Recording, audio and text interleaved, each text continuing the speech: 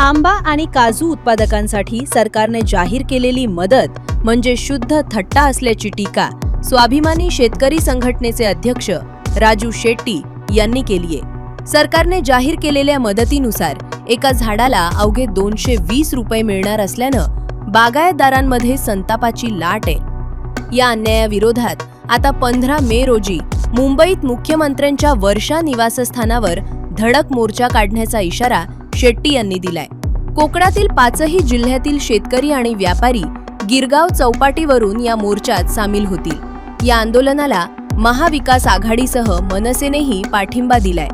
इतकंच नाही तर कॅनिंग उद्योगांनी दर पाडल्यास आंबा रोखून धरण्याचा इशाराही त्यांनी दिला असून केंद्र सरकारच्या धोरणांवरही कडाडून टीका केली आहे। कोकणातल्या आंबा आणि काजू उत्पादक शेतकऱ्यांचे प्रश्न घेऊन गेली 2.5 महिने आम्ही सातत्यानं संघर्ष करतोय।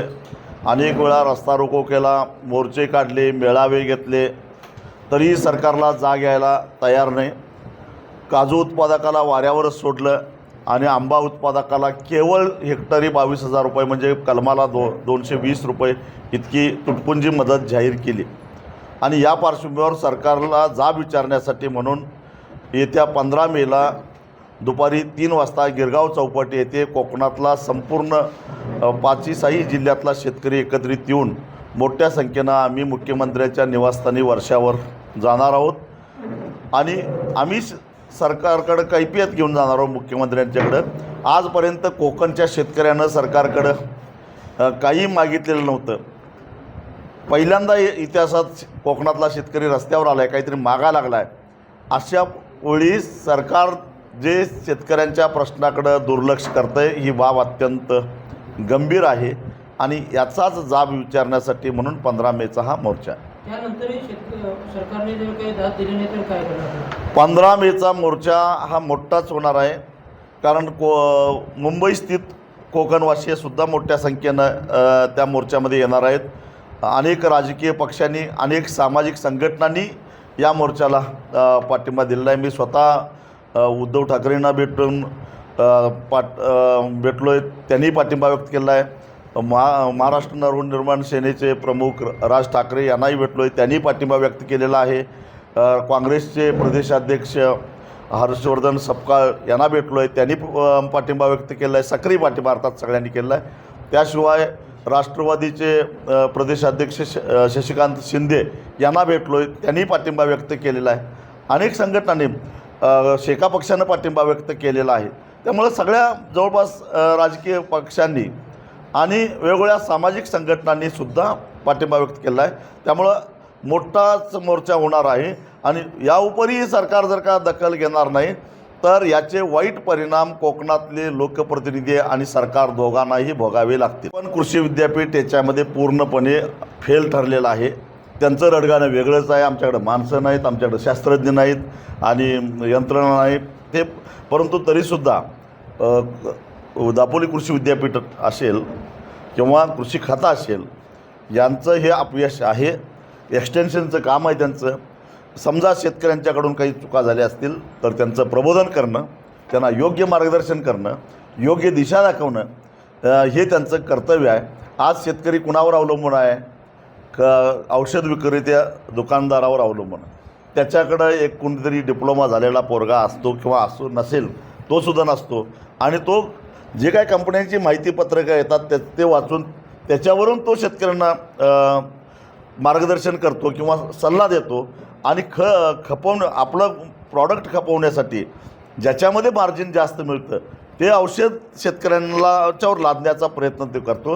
ही काही पद्धत नाही, ही काही व्यावसायिकता नाही आहे। इथं फेल्युअर आहे ते कृषी विद्यापीठाचं, फेल्युअर आहे ते कृषी खात्याचं। एका बाजूला आपण दुसऱ्या बाजूला राज्य शासनाने 2 हेक्टरपर्यंतच्या मार्केटमध्ये नुकसान भरपाई जाहीर केली, कॅबिनेटने निर्णय घेतला आहे। काय नेमकी वस्तुस्थिती आहे, काय नाही? ही सरळ चेष्टा आहे। बी करताय काय आम्हाला? एका कलमाला 220 रुपये म्हणजे झालं काय? ज्या कलमावर 4 ते 5 हजार रुपये खर्च करतो शेतकरी आणि ते सगळं पाण्यात गेलेलं आहे, त्याची चेष्टा करताय। मी मगाशी सांगितलं की बाहेरून आलेले जे काही नेपाळी किंवा नॉर्थ ईस्टचे जे काही मजूर आहेत त्यांची एका दिवसाची मजुरीच 800 रुपये आहे आणि तुम्ही काय चेष्टा चालवली की शेतकऱ्याची? तुम्ही ह्या सगळ्या गोष्टींचा विचार केला तर सरकार कुठल्या गोष्टीने सरकार कोकणाकडे बघतंय? माझं कोकणातल्या जनतेला, कोकणाला आणि विशेषतः शेतकऱ्यांना सरकार गृहीत धरतं आणि कोकणातले लोकप्रतिनिधीसुद्धा कोकणातल्या शेतकऱ्याची बाजू मांडायला कुठेतरी कमी पडलेत असं माझं स्पष्ट मत आहे. कारण 12 वर्षापूर्वीचा कुंभमेळा 2,500 कोटीत झाला. तो आधी 15,000 कोटीवर गेला, मग 25,000 कोटीवर गेला. आता मी ऐकलं आहे 35,000 कोटी रुपये कुंभमेळ्याला तुम्ही खर्च करता आणि इथं ज्या कोकणातल्या शेतकऱ्यानं 7 समुद्र पार जाऊन आंबे विकले, वर्षाला 1,100 कोटी रुपयेचं परकीय चलन हे आंबा निर्यात करून आणि पल्प निर्यात करून देशाला मिळवून देतं. त्या शेतकऱ्याला तुम्ही काय देताय? ही सगळी जर का यांची अटी निकष शर्ती लावल्या तर जेमतेम 70 ते 80 कोटी फक्त मिळतील 5 जिल्ह्याला मिळून. लाज वाटत नाही का सरकारला? आणि सगळी कर्ज सरकारनं माफ केली म्हणून घोषित केलेली आहेत, पण प्रत्यक्षात त्याची अंमलबजावणी होत नाही. एवढाच त्यातला फक्त तांत्रिक मुद्दा राहिलेला आहे. कुठल्याही शेतकऱ्यानं भूविकास बँकेचं कर्ज नोटिसा येऊत काही होतं भरण्याची काही एक आवश्यकता नाही आहे. तो शासन निर्णय झालेला आहे. फक्त त्याची अंमलबजावणी होऊन शेतकऱ्याच्या सातबाऱ्यावरचा बोजा अजून कमी झालेला नाही. त्याच्यासाठी पाठपुरावा आमचं करायचं चालू आहे. हा संपूर्ण महाराष्ट्राचा राज्याचा विषय आहे, हा काही केवळ कोकणातला विषय नाही आहे. उलट भूविकास बँकेवरचं कर्ज जास्त पश्चिम महाराष्ट्रामध्ये आहे आणि त्यामुळे त्याच्या बाबतीत मी स्वतःच त्याच्या पाठीमागे पाठपुरावा करतो आहे. दुसरी गोष्ट, ही राष्ट्रीय आपत्ती आहे. कारण वैश्विक तापमानवाढीचे हे सगळे साईड इफेक्ट आहेत, म्हणून आंबा आणि काजू उत्पादन घटलेलं आहे. त्याला शेतकरी जबाबदार नाही. आणि अशा परिस्थितीमध्ये सरकारनं राष्ट्रीय आपत्ती निवारण जे फंड आहे त्याच्यातून मागणी केली पाहिजे आणि त्यासाठी केंद्रीय पथक पाहणीसाठी आलं पाहिजे. यासाठी आम्ही गेल्या 2 महिन्यापासून पाठपुरावा करतो आहे. सरकारनं अजूनही केंद्रीय डिझास्टर जे फंड आहे त्याच्याकडं पाठपुरावा केलेला नाही आहे. मी स्वतः दिल्लीला 2 वेळा जाऊन आलेलो आहे. त्यांनी सांगितलं की तुम्ही तक्रार करताय, परंतु राज्य सरकारकडून आमच्याकडून अशी काही अधिकृत अजून प्रस्तावना आलेला नाही. सरकारनं तो प्रस्ताव तातडीने दिला पाहिजे. कारण NDRFमध्ये हजारो कोटी रुपये पडून आहेत. त्याच्यावर निश्चितच आंबा आणि काजू उत्पादक शेतकऱ्याचा हक्क आहे. त्यातूनसुद्धा शेतकऱ्याला मदत मिळणं आवश्यक आहे. नेत्यांना सांगितलेलं आहे की एकदा आपण बसू, प्रश्न समजावून घेऊन, आणि महाराष्ट्रामध्ये आता स्थिती अशी आहे की सगळ्याच वेगवेगळ्या घटकांनी एकत्रित येऊन लढलं तरच काहीतरी आपलं अस्तित्व टिकेल, नाहीतर फार वाईट अवस्था होईल. सध्या 2 मोठे उद्योगपती आणि त्यांच्या हितासाठीच किंवा त्यांच्या बगलबच्च्यांच्या हितासाठीच सगळी धोरणं राबवायची चालू आहे.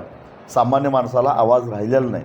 अशा परिस्थितीमध्ये आपण छोटे छोटे घटक जे आहेत, मग तो दूध उत्पादक शेतकरी असेल, आंबा उत्पादक शेतकरी असेल, काजू उत्पादक शेतकरी असेल, पारंपरिक मच्छीमारी करणारा मच्छीमार असेल, जमिनी शेतकऱ्यांच्या ताब्यात राहिना झाल्यात, हे सारे प्रश्न घेऊन एकत्रितरित्या एका छत्राखाली आपल्याला कुठेतरी लढा उभा करावा लागेल. भूमिपुत्रांचा लढा म्हणून लढा उभा करावा लागेल.